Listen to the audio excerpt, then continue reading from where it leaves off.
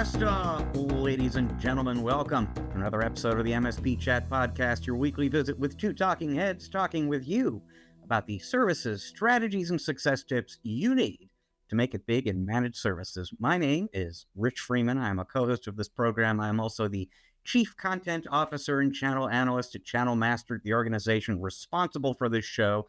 I am joined by Channel Master's Chief Strategist, my friend of many years, your other co-host, Erick Simpson. Erick, how you doing? I'm doing good, Rich. It's cooling down. It's October. A few degrees cooler here in Southern California than it has been from the record highs we've had during the summer. How about in your neck of the woods? Yeah, similar story here where, the heat has kicked in for the first time in many months just recently. Not a bunch, but it's cooling off enough at night that the thermostat's getting triggered. So yeah, we're definitely we're not officially in fall yet, right? Or are we? I don't think so. I think we got a couple more weeks as we record this. But yeah, and you're in Seattle, so typically a little cooler typically than here, and much wetter in many cases. Well, speaking of cool and hot, let's dive into our story of the week here. And as we're recording this, Erick, just hours ago, TD SYNNEX published its annual Direction of Technology report. And if you're kind of a statistic geek like me, this is great stuff to pour through. There's a lot of interesting data in there, but there's one particular pattern that emerges from some of the figures in this report that I kind of want to highlight. And it's one of these things, Erick, where, it looks like one thing if you close your left eye, it looks like something else if you close your right eye. Because from one standpoint, what you see in this data I'm about to run through with you is that the money today for the people in our audience is in security. So for all of the talk about AI and the importance of AI, the growing importance of AI, the real money, the place where MSPs and other channel partners who do business with TD SYNNEX are seeing growth, making their money, is in security, and it's by a pretty comfortable margin. With the other eye, you close the other eye, look the other way, and you can begin to see the growth in AI. And then the thing that's not in this report that I would be really interested to know, and maybe I'll get a chance to talk about it with TD SYNNEX later in the year, is do they see a point at which there's a crossover there, and maybe AI starts to get out in front of security? But right now, they ask people, what are your top revenue producers, your top solutions? And security came in number one by a relatively comfortable margin. AI came in number 8. Erick. And so it's behind servers and networking and storage, hybrid cloud, endpoint devices. So all of this traditional infrastructure stuff continues to outperform AI. There was another question in here where they asked the partners who participated in this study, what are your top 3 revenue drivers? 32% said security, 26% said networking, 19% said devices, 15%, less than half of the folks who cited security said AI. On the other hand, 84% of the people who responded to the survey said that they have received requests for generative AI proofs of concept from their customers. 44% of the people participating in this study offer or plan to offer AI services or solutions. That's up from 34% a year ago at this time. And this was interesting to me. So 23% of the people in the survey said that they did not close any AI or AI-related deals last year, but only 6% expect that to be true in the coming year. Pretty much everybody is assuming they will be doing at least some AI business in 2025. So you're seeing a lot of growth in AI, but if you want to know where to kind of focus your attention, focus your resources to maximize revenue and growth today, that it has been and remains security. Yeah, Rich, the intersection of security and AI and everything else that we're using in our daily lives, in our business lives, MSPs, platforms, you know, integrating AI to help automate and filter through noise and surface, key data points and things like that. It's almost as if we're just now, and I'm basing this on the statistics and the research that you just kind of shared that TD SYNNEX produced. We're almost now at that point where we're beginning to see the opportunity for monetization here. And we've had multiple guests on the program, Rich, here recently, talking about how they are monetizing AI for their clients. And a lot of it sounds very similar to, developing this higher strategic level of service that allows MSPs to become much more valuable and sticky to their clients because they're helping them leverage the massive amounts of unstructured data that their business is creating and collecting and storing somehow, and making the most out of that, providing business insights. And we talked about, business process optimization and things like that.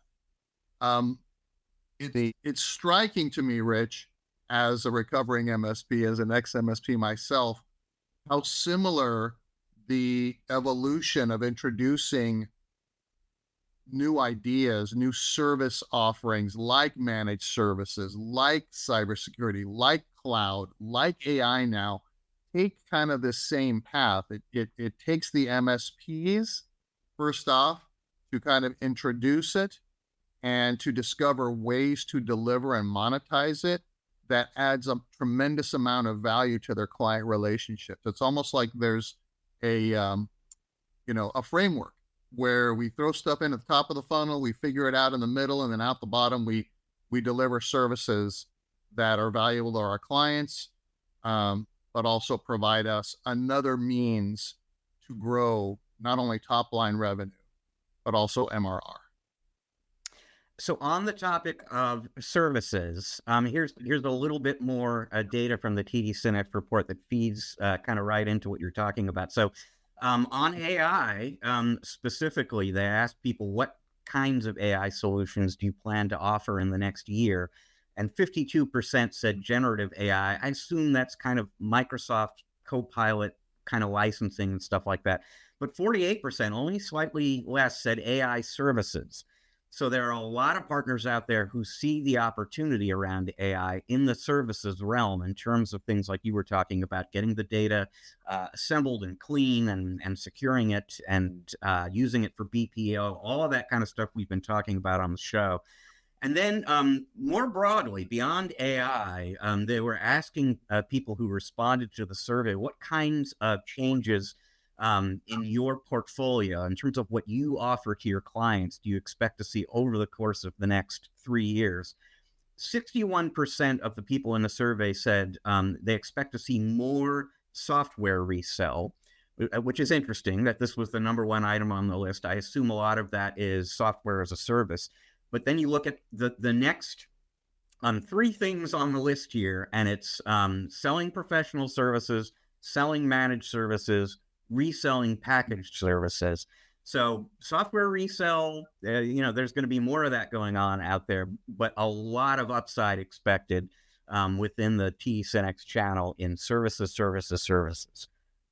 Yeah, and in those top services, I wonder if the report reflects what the sentiment of the respondents is around hardware resale. I'm curious to see kind of this, if we look at the scales of what's happening, right? And I'm those of you that are listening can't see, but I'm kind of holding up my hands representing two scales where we're starting to see more movement towards SaaS, cloud, cybersecurity, these services that are delivered remotely, application management, office productivity applications, et cetera, Copilot, and kind of the decrease in the hardware resale. So I'm wondering whether there's a Is there a tipping point?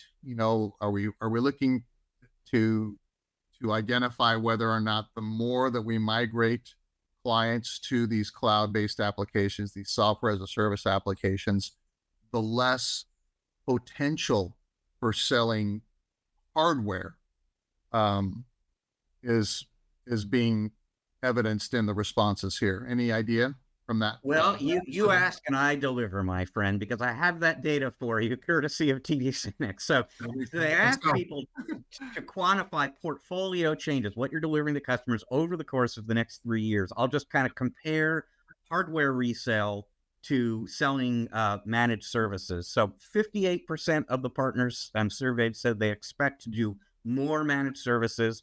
37% said about the same. Just 5% said they expect to do less managed services over the course of the next 3 years. Hardware resale, 42% said more. So remember, 58 on managed services, more, 42 on hardware, 44% said about the same, and 14%, which is just under 3 times as many as on the managed services side, said they expect to be doing less. So you can definitely see a pronounced, tilt in the direction of managed services in this case versus hardware resale. Those are great statistics, Rich, and I would argue that the more mature the industry becomes around managed services and the more mature the MSPs become, they're definitely aware that the the multiple of revenue when they get ready to sell their organizations or at an exit point or whatever, the multiple applied to every dollar of managed services is by far higher than software resell or hardware resell and things of that nature. So I'll bet you that's keying into some of this behavior and this forecasting. Well, we're spending some time here talking about metrics. Let's talk some more about metrics. It's time for your tip of the week, Eric, and it concerns two especially important metrics for MSPs, which is to say their SLAs and their KPIs. Absolutely, Rich. And it's interesting. We talk a lot in the industry about the value of having a very robust, standardized service level agreements, not customized SLAs for every client that comes along. We're trying to standardize on our portfolio of services or our bundles of services, and then the SLAs that we apply. And when I do pricing exercises and SLA building exercises with MSPs, Rich, one of the value propositions that allows us to charge more for a higher level or tier of services is not simply what's in that tier or bundle of services. So for example, I like 3 options. I like good, better, best. And that's kind of a more mature, more consultative way of selling and having the opportunity to upsell services along the way to clients. So you can easily shift when you have good, better, best, a client's services based upon economic conditions or their business upturns or downturns. There's always a better opportunity to upgrade a client's entire bundle of services rather than a point product or solution.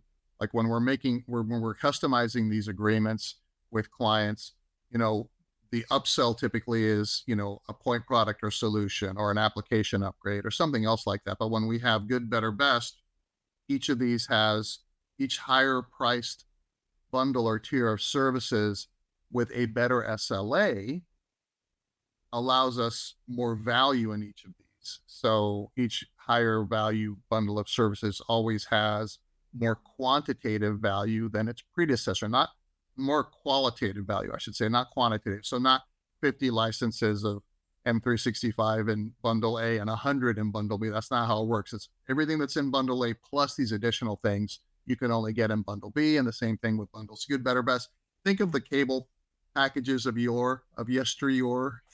That's a term, Rich, right? You can only get HBO and Stars if you get this package. If you want it, a la carte, it's going to cost you a lot. And MSPs that are mature don't like a la carting things. So taking an SLA and not having a different SLA for every client, having a specific SLA for maybe 3 bundles of services makes it easier and more efficient to measure performance, to make it easier on the technicians and dispatcher to know exactly what's covered and what needs to be billed for, right? Instead of having to track and do this kind of invoicing somersaults every month, trying to figure out, well, should we charge for that or not? Was that, something else?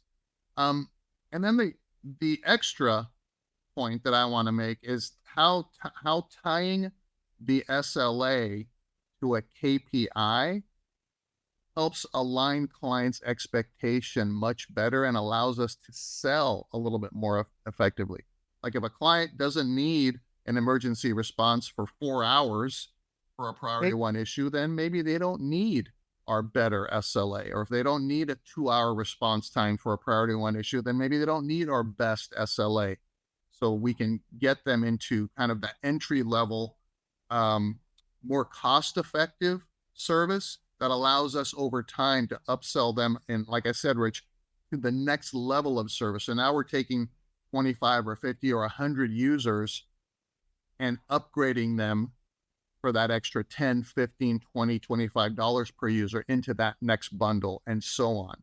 So again, when we get to have our QBRs with clients, we can dictate or understand where they're going and how they're growing. And we can let them know, look, we need to move you into our next bundle or tier of services. Here's our response times, our SLA response times. And then here's our performance metrics that we're going to abide by. And this will allow us to continue growing with that organization over time. Makes it a lot easier to track performance when we're tying the SLAs to KPIs and then measure that performance, and then regularly reviewing our SLAs internally and having these discussions with clients to make sure that what they signed up for 18 months ago is still good, or do we need to bump them up? Just gives us a lot more opportunity to be more strategic, consultative with our clients, and reach and maintain our profit margins when we're bundling and pricing things and delivering services in this manner that can be measured. This is interesting to me, Eric, because I mean, obviously, as someone, I'm not a recovering MSP, but man, I've been writing about managed services forever, and so I'm very familiar with the good, better, best model of bundling, and with the aspect of that where better is going to have more services than good, best is going to have more services than better. This idea of scaling SLAs up with each step is not something I hear about as often. And it's interesting because it gives the client one more reason to go best versus better. And it doesn't feel like something that you're sort of withholding from. You've got to buy my top package in order to get my best SLA. It's flexibility for the end user. If you don't need that kind of SLA or some of the services in my best package, well, maybe better is right for you. So there's kind of an interesting business growth driving opportunity in that.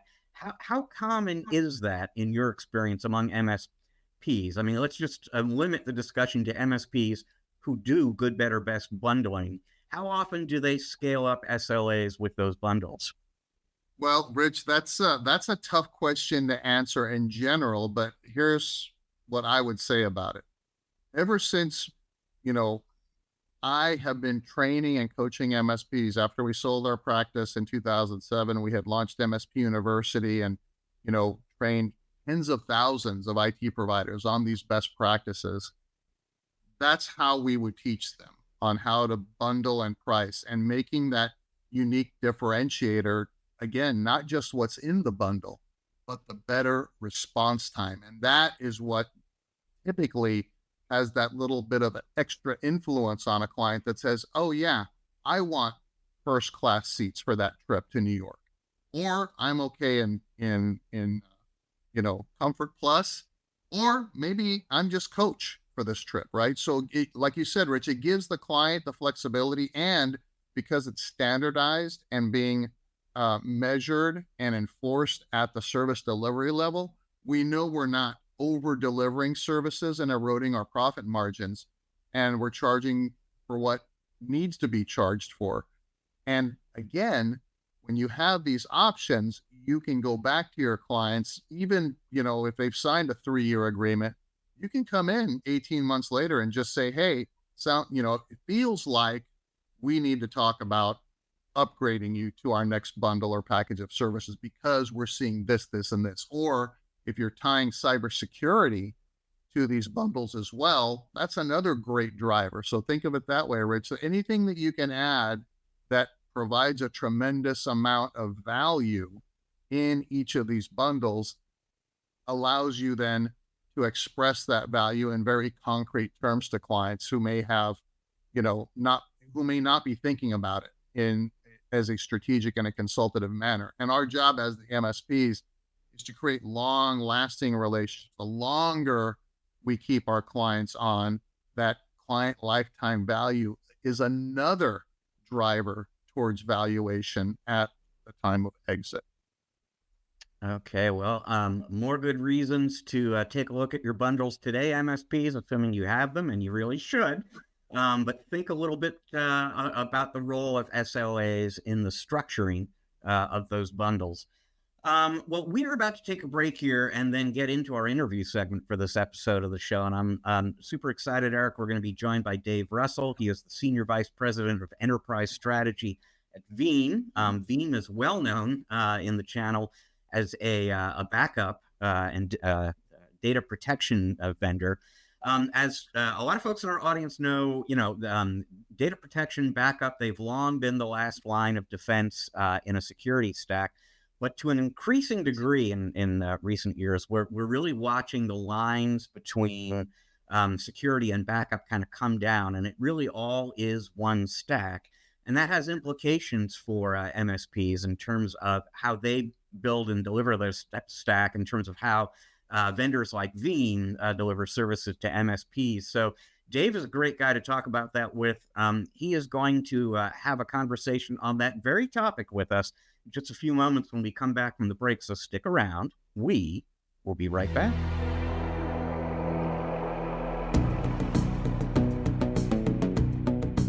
All right, welcome to part 2 of this episode of the MSP Chat Podcast, our Spotlight interview segment. And we are pleased to be joined this week by the Senior Vice President of Enterprise Strategy at Veeam. He is Dave Russell. He is sitting in a room full of very cool electric guitars that we were just discussing with him off the air. Dave, welcome to the show. Yeah, great to be here. Thank you.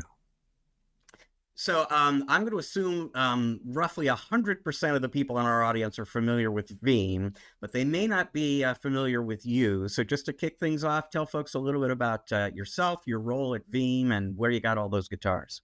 Yeah.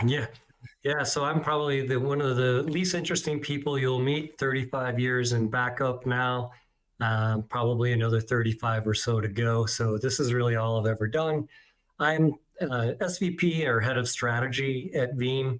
So look at what kind of products we should be taking to market, and then certainly look at what are the market dynamics. And, you can say you've been in backup for a while or a long while, but what that means actually shifts over time. So that's a big part of what I look at. And, thankfully, computers, data centers, they got to keep us indoors and cool, and guitars like that too.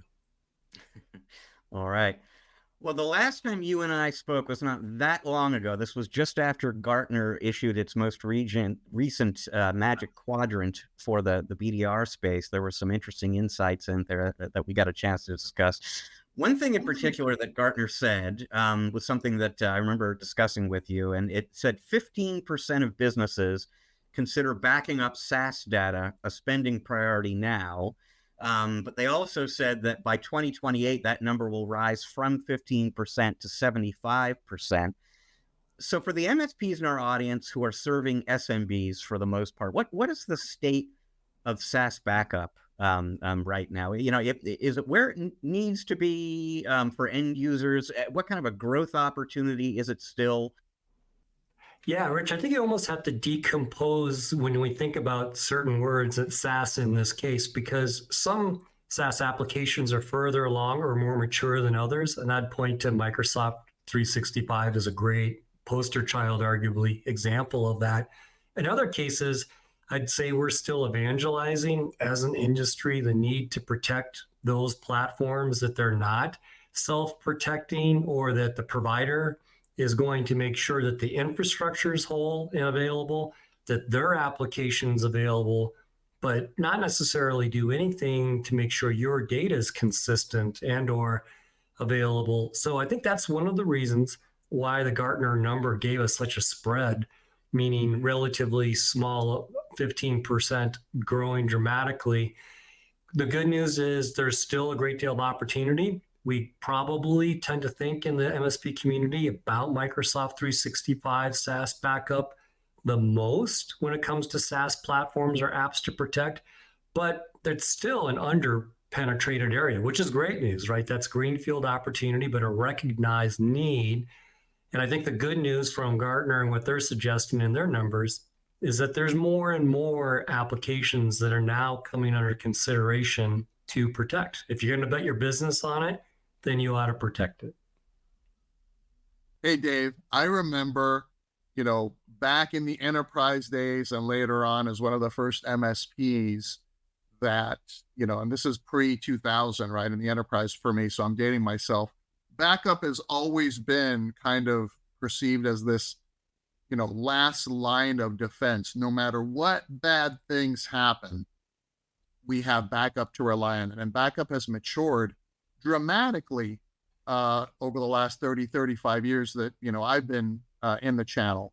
So today it feels like the lines between that core backup sensibility and security have been kind of blurred now, where we see MSPs thinking that, backup, is cybersecurity is backup. Are you seeing that the same way? What are your thoughts? And then what's driving it? And is that a good thing? Yeah, well, almost go in reverse order, if that's okay. Meaning, I absolutely think it's a positive. It is a good thing, in other words, in my opinion. And let me tell you why. And, you're absolutely right. If you take it kind of pre-2000, pre this millennium, as my dog bunkers down for me, getting into a soliloquy he's probably fearing, the change that you described, right, that's happened over the last, let's call it, quarter of a century. What begat that were in part technological changes, the speed of backup, whether that's disk, using data reduction, cloud-based activities, et cetera. What that meant is that now backup could be more of a first-class citizen in things like disaster recovery. In other words, you didn't have to call someone on telephone, say, I want you to go get the car or the pickup truck, load up physical tapes, drive 100 miles, bring them to my data center, and then I go through the whole process on my end, bring them in, load up the tapes, et cetera, right? That took a long period of time. Not making an anti-tape statement, by the way, just mentioning that thanks to other kinds of technologies, be it disk-based, be it data reduction, be it cloud, et cetera, all of a sudden that access that backup could provide to your data changed things. And part of what's changed now is the landscape of why we actually invoke a recovery. And I'll share with you a very, very quick story. I was in Hong Kong at a Veeam partner event, and I was supposed to give a 2-hour conversation on going through ransomware trends. And I said, look, before I get into the next hour and 59 minutes, I'm going to give you 1 minute of, we're going to talk a lot about cyber, a lot about ransomware, but everything that we're used to worrying about going wrong in the data center, statistically actually still happens, right? Servers fail, configuration errors still happen. And I kid you not, as I flew back from Hong Kong, I landed at San Francisco, or SFO, and the CrowdStrike issue had unfolded, not even 48 hours later. And I was like confused. I didn't know what was going on. I thought I had a tight connection to get back home to Denver. I was trying to zip through passport control. And then when I finally did and got out into the open area, I thought an earthquake had hit. Right? There are people handing out water, the screens, meaning, the flight boards, they're gone, they're blank, literally talk about a blue screen. And that was a great example of, to this point in time, as we record this, the largest IT outage in history was not cyber related, despite the fact that we talk a lot about cyber, and justifiably so. But there was a great example of, thanks to technological changes, how backup and recovery could get people, organizations back online extremely rapidly. And at Veeam, we were doing that and talking to customers around the world all weekend long. That because that happened on a Friday, and Friday night, Saturday, Sunday, etc. That was that process of resilience and getting back up and going was unfolding. So long-winded way of making a hopefully a concrete example of, there's a reason why protection and backup and recovery can be flexed for multiple use cases, and why exactly what you said. I think it's a good thing. I think it's a great thing. And what it means is that we can leverage our backups for more than just scenarios that we would have, say, 25, 30 years ago. You just used a word that I actually wanted to get into a little bit with you, resilience, because as these lines between security and backup blur, and more and more you're seeing, security vendors and backup vendors integrating and aligning with one another, or security vendors adding backup. As those lines blur, this word resilience is showing up a lot. And on the security side, they'll sometimes call it cyber resilience. You folks prefer to call it data resilience. To just talk a little bit about how do you guys define data resilience, and why is that an important concept, an important focus area, both for the end users and for MSPs serving end users? Yeah, you're right, Rich. We tried to come up with the term, not necessarily to be different, but to have an umbrella term that would be inclusive of many things. And we went with data resilience in part because it encompasses cyber resilience, disaster recovery kinds of scenarios, mistakes, configuration errors. In other words, anything that might cause an organization to invoke a recovery or to need to get into other methods of getting their data back, getting their applications up and running. So data resilience we think of as just the process of ensuring continuity of operations. And where we intercept that is from a data perspective, meaning we're not going to help you with your physical data center per se, but in terms of having access to good, known, clean copies of your data, doing that rapidly, regardless of the source of outage. It could be a networking error. It could be something like, say, CrowdStrike. It could be a cyber attack. It could be a hurricane, where, as we are recording this now, there's multiple hurricanes, and I think it's only like 10 days that are threatening Florida in the United States and other parts of the world. So all of that is still happening. And unlike, say, a hurricane, where you've got early warning indicators that, the weather pattern can shift and the hurricane could miss your geographic location. But some of the other things we described, that doesn't telegraph. It just happens. You wake up and, your screens are blue. Or you wake up and you find out you've been a victim of some kind of infiltration that unleashed overnight. So for us, data resilience is just trying to look at what can we do to make sure we can get the important data back to you very, very rapidly, no matter what the incident that led up to that outage was.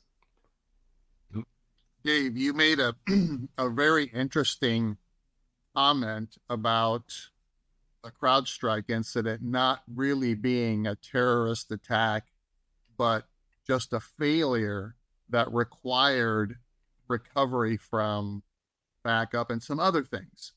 Now, when MSPs are thinking about cybersecurity and data backup, to what extent should they include those in the same conversation?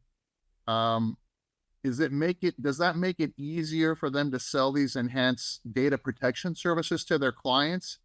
And then how does that parallel into, if that is true, their choice of vendors to package up and include into their portfolio of services to their clients? Yeah, I actually very much think it is true, right? That budget frees up due to things like cyber, in part because of just the level of visibility. Not because I'll assert the level of frequency, meaning like probabilistically what could happen, but the board of any corporation understands cyber threats. They understand having to pay the ransom and potentially have to populate a Bitcoin wallet. They understand looking at the newspaper online or whatever it may be and hearing about on a fairly regular basis organizations, maybe even organizations just like theirs, that have been attacked. And so this is a conversation that allows an MSP to potentially go after either additional budget and or additional levels of awareness, even though I'll argue not just because of something like, say, CrowdStrike, but seasonal weather patterns, failures that just happen from, infrastructure or configuration updates that go awry for a variety of reasons. All that still happens and needs to be protected for, but that doesn't necessarily have the same sort of shock value, awareness value, funding that's top of mind as does, say, a cyber event. So I don't think it's actually just chasing the fad of the moment, because you can utilize, now going back to your part about what vendor, you can utilize the same solution, the same things that you deploy to recover from and protect yourselves from a whole variety of incidents. And that's really that notion of leverage.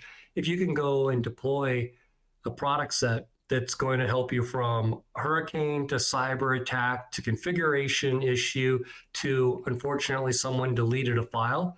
If that's your file and it's the end of quarter, that may be a disaster in your mind. It happens to be a very localized one, but that still happens with frequency as well.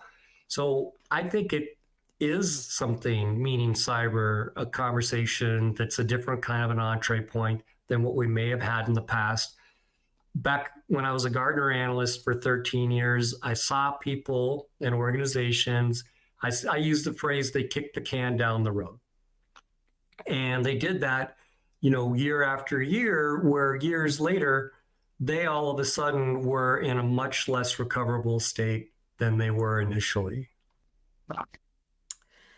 So on the topic of vendors, and to make this a slightly more Veeam-specific conversation for a moment, because I do think it maybe speaks to a larger industry trend, you folks have had an alliance, an integration alliance in place with Sophos for about a year now. You announced another one with Palo Alto maybe 2 weeks ago as we're recording this as well. So, in the context of security and backup coming together, of MSPs positioning those as one thing to their clients called data resilience, talk a little bit about the logic behind those agreements, and then what's maybe significant about them, beneficial about them for MSPs. Yeah, absolutely. So at a high level, kind of logic of agreement, I liken it to the same notion of choice that Veeam's always tried to go to market with when it comes to what kind of infrastructure or what cloud. It's really up to the customer or the partner, in this case, the MSP partner, meaning we're not going to dictate, here's the server vendor, or here's the storage vendor or storage type that we're going to work with. No, it's whatever makes the most sense. And obviously, what makes the most sense is a business decision that could change over time, as can the backing cloud.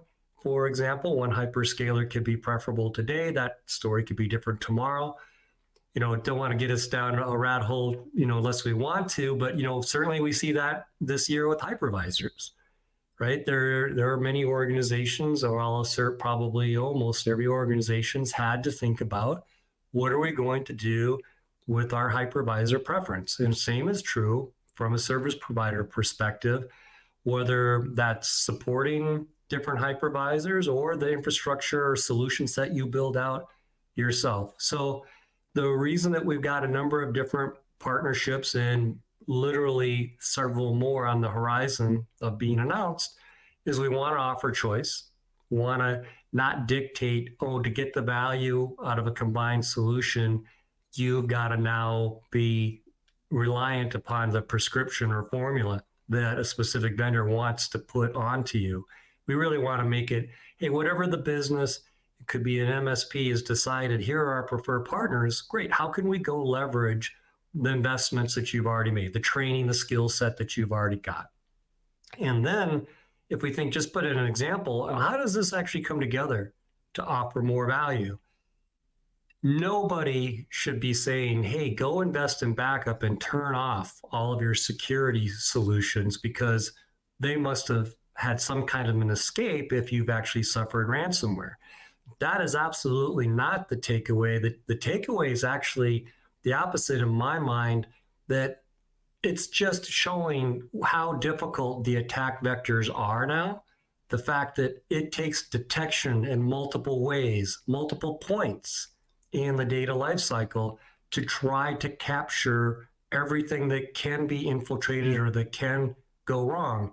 In a production environment, security vendors, some of the alliances that you mentioned, Rich, they literally have milliseconds to try to triage, is this a known bad activity, known good, or is it suspect? In the backup stream, we can go and apply more resource, whether that's CPU, sometimes that's memory, RAM, to be able to say, okay, for just a little bit more time, can we do a deeper level of inspection, apply things like entropy techniques to understand, did something radically shift in the last backup and what we're seeing come through to us now in this backup in the production environment, such that we might be able to alert on something that evaded other detection means. So I liken it a bit to neighborhood watch. If you think about the production security tools and you think about backup coming downstream, I happen to live on a cul-de-sac. I literally have a retired neighbor who will call up all the time to say, hey, I think I saw something at the beginning of our cul-de-sac. And I happen to live close to the woods, and and I can say, well, I haven't seen the bear walk through here, but we can cross-pollinate what the data sources that we each have to try to make something maybe safer. And where that really comes to play, or the analogy holds better, unfortunately, it's fire season, where I live in Colorado, and that notion of detection and reducing the detection time matters. That's how I'd liken it to how security vendors and backup solutions can play as well. We're each having the ability to signal to the other, here's what I have noticed with my detection capabilities. How does that compare to what you've observed? Or how does the current behavior compare to what you believe and what I believe should be the state of norm versus what we're seeing and experiencing today? Dave, I love the bear in the neighborhood analogy, right? And the neighborhood watch analogy. That's very, very interesting. So in our podcast, it feels like we are contractually obligated to talk about AI in every episode.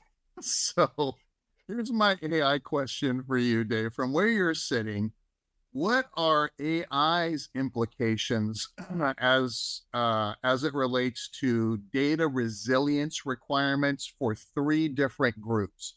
End users, for the platforms that the vendors are using, and then for the MSPs that have to kind of get ahead of this before their customers start, risking their own data in ways that aren't optimal in using AI. Yeah, I'm going to kind of weasel out, meaning I'll conflate AI and machine learning kind of into one. I'll conjoin ML and AI a little bit. Our marketing department likes to say everything's AI. And then on the engineering side, we're like, well, it's kind of really more machine learning, or, is entropy really AI? And we get into sort of meta conversations. But at the end of the day, exactly what you said, Eric, like, how do you provide customer value or value at different parts of the chain there? So from an end user perspective, one of the ways AI can be applied, there's a bad joke that you probably heard in some shape or form in backup and recovery. It's really hard to restore data that you haven't backed up. And so, part of AI is understanding what's changed or what's in the environment now that has business value that isn't getting protected. So it's completely unprotected. There's another area of underprotected. So earlier in May at one of our events called Veeam On, we demonstrated on stage utilizing AI with Microsoft around M365 data to be able to show here are users or user data that's not getting protected at all.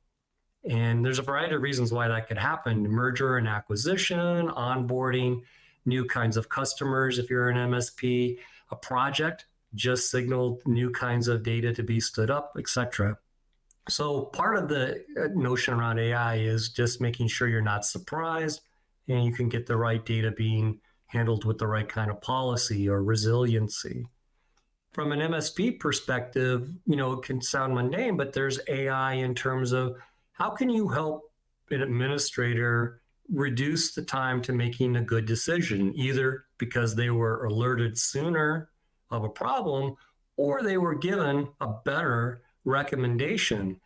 And actually about 5.5 years ago, Veeam started shipping machine learning in our monitoring and analytics tool to say, hey, we've mined our Hadoop cluster on our customer support. And what we see is a trend that could lead to an outage. It could be something so simple as you're about to run out of backup space. In some cases, it's you're running a specific kind of storage array, and there's a microcode problem that we've actually traced. We can proactively alert you to not only the problem, but the resolution, or we call it remediated actions. So could someone like yourself, an expert, could they do that themselves manually just because they've got so much resident knowledge in their mind? Yes, absolutely, probably could. We want to reduce the burden on the heroics. I feel like every MSP, they say, well, we've got Sally or we've got Sam, like they're do great things. They're like Superman, Superwoman, or what have you.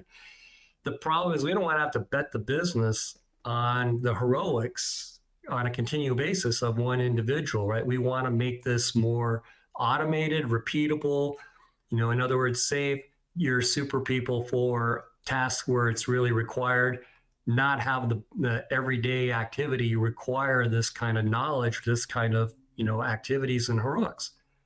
And then if we think about, from an application perspective, the application is increasingly getting more intelligence.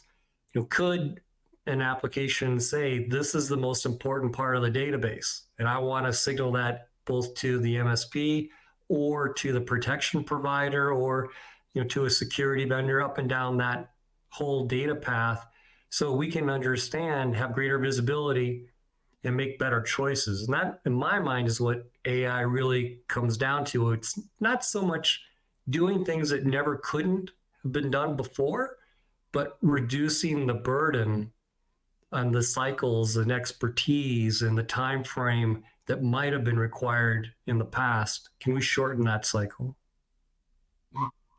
Okay, so we have officially checked off the AI checkbox for this episode in a very interesting and informative fashion. So thank you for that, Dave. Thank you for the entire conversation. Actually, backup is one of those segments of the market that is so mature that I think it's easy for people to think there maybe isn't a lot more to say about it. But I think, just established in the last half hour or so that's not true.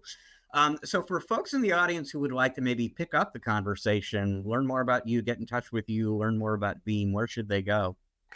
Yeah, certainly Veeam.com, Veeam.com. Website's a great way to do that. I'm active on social media, Backup Dave on LinkedIn, Backup Dave on Twitter as examples.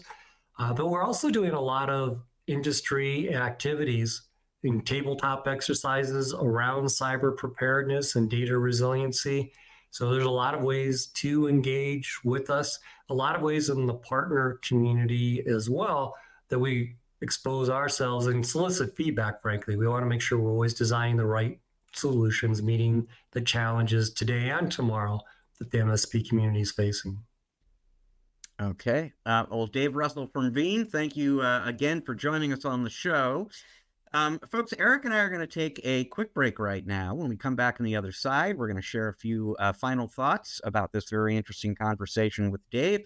Have a little fun, wrap up the show. Stick around. We are going to be right back.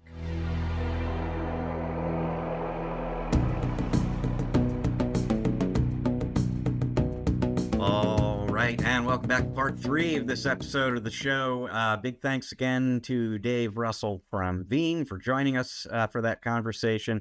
A lot of things to think about and talk about, Eric, but I mean, for me, what I was kind of chewing over as we were talking there is just, again, and I brought this up at various points, you did as well, just those the coming together of security and backup, basically. And, I was thinking in the back of my mind to ConnectWise buying Axient recently, and some of the logic behind that deal was ConnectWise is very strong in security. They had some backup, but they really kind of needed to round out that product line, and now they have all of that in-house, and they can really kind of weave that all together tightly. It's just part of this larger story in the industry right now, where vendors are seeing, security experts are seeing, analysts are seeing, and I think MSPs probably are increasingly seeing. It doesn't make all that much sense to talk about BDR and backup and security as different things. They all need to be sort of tightly related to one another and reinforcing one another. And Dave had some really interesting thoughts on how the backup piece of that in particular can really contribute to the security piece, because it goes beyond just restoring data that has been encrypted. For example, there was some other interesting stuff in there. Yeah, I agree, Rich. And, what I was thinking about was how, MSPs traditionally have thought about backup. Like, it's always there. It's always been there, even before, the need to strengthen our cybersecurity approach with our clients, and build out, additional solutions and add them to our portfolio. It's always kind of been thought of as something that we always do, something that we require in every one of our agreements.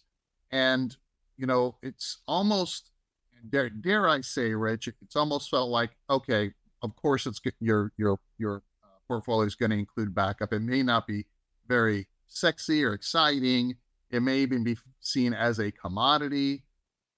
And I love the way that Dave took that and positioned it in the conversation when I asked him about, kind of conflating or integrating backup with cybersecurity in order to, get clients to appreciate the value, or even strengthen the value, or even make more margin between you and I, Rich. When we're bundling these services together, the added value that is received around cybersecurity and compliance, including backup, I think is a very compelling way to position it all as a complete part of a cyber resilience or data resilience solution for clients, even though we're including it with some of our other services. So I thought it was very strategic the way Dave said, by including it, it makes it much easier to bundle and present it and get clients to say yes when it's inclusive of a strengthened or enhanced cybersecurity portfolio of services. No, I totally agree. And I had that same thought too, that this is part of the power of that data resilience terminology, basically, is it's, risky for an MSP to start talking about products or even just sort of, service components of a bundle with an end user. They just want, everything to be up and running and fast and reliable and secure. But it feels to me like, as an outsider, basically, that you can have a strategic conversation, trusted advisor conversation with your customers about data resilience and what that means and why that's important, and how we as your MSP can provide that to you. And that's a conversation that's happening on a different level. It's not bits and bytes and products and so on. It's more about the strategic value that we're providing you. Yeah, I agree, Rich. And that that strategic value and that differentiation is what's allowing more mature MSPs to standardize their product portfolio and the services that they deliver to their clients and increase their margins over time, because it's delivered in a very consultative manner and provides those customers a peace of mind that allows them to focus on growing their business, knowing that the MSP has got their back on the other side of the fence. Okay, very good stuff. And it leaves us with time for just one last thing, folks. And this week, our one last thing comes to us from Sacramento, where an apartment dweller there, who is also a customer of Pacific Gas and Electric, noticed some changes on his electric bill that he couldn't quite explain. He contacted PG&E for some input. What's going on? As they dug into it a little bit for him, they discovered that he was actually being billed for his neighbor's electricity.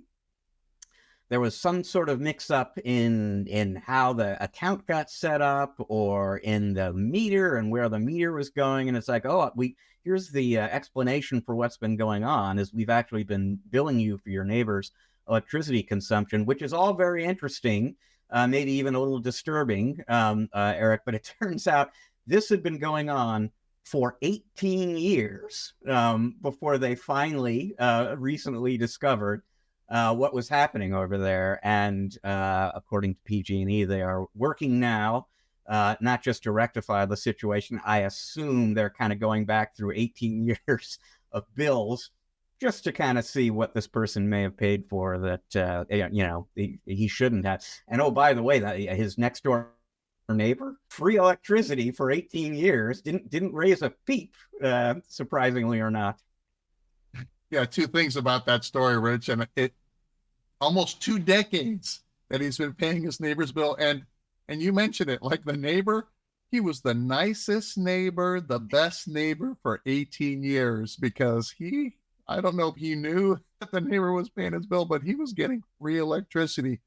I mean, holy cow, that would bring a smile to anybody's face for 18 years, wouldn't it, Rich? Yeah, and a frown to the neighbor, who all of a sudden is getting bills now. But it was a good 18 years while it lasted. While it lasted, and now I'm sure there's going to be a little bit of a true up that's going to happen. Yeah. Well, folks, that is all the time we've got for you this week on the show. We thank you so much for joining us. Eric and I will be back in a week's time with another episode for you. Until then, please allow me to remind you, this is both a video and an audio podcast, which means if you are listening to us right now, but you'd like to check us out on video, just go to YouTube, look up MSP Chat. You're going to find us there. If you are watching us on YouTube, but you're into audio podcasts, you'd like to listen to us that way as well, go to wherever it is you get your audio podcast, look up MSP Chat. You're going to find us there too, almost certainly. However it is you find us, please subscribe, rate, review. It helps other people like you find and enjoy the show. This show is produced by the great Russ Johns. It is edited by the great Riley Simpson.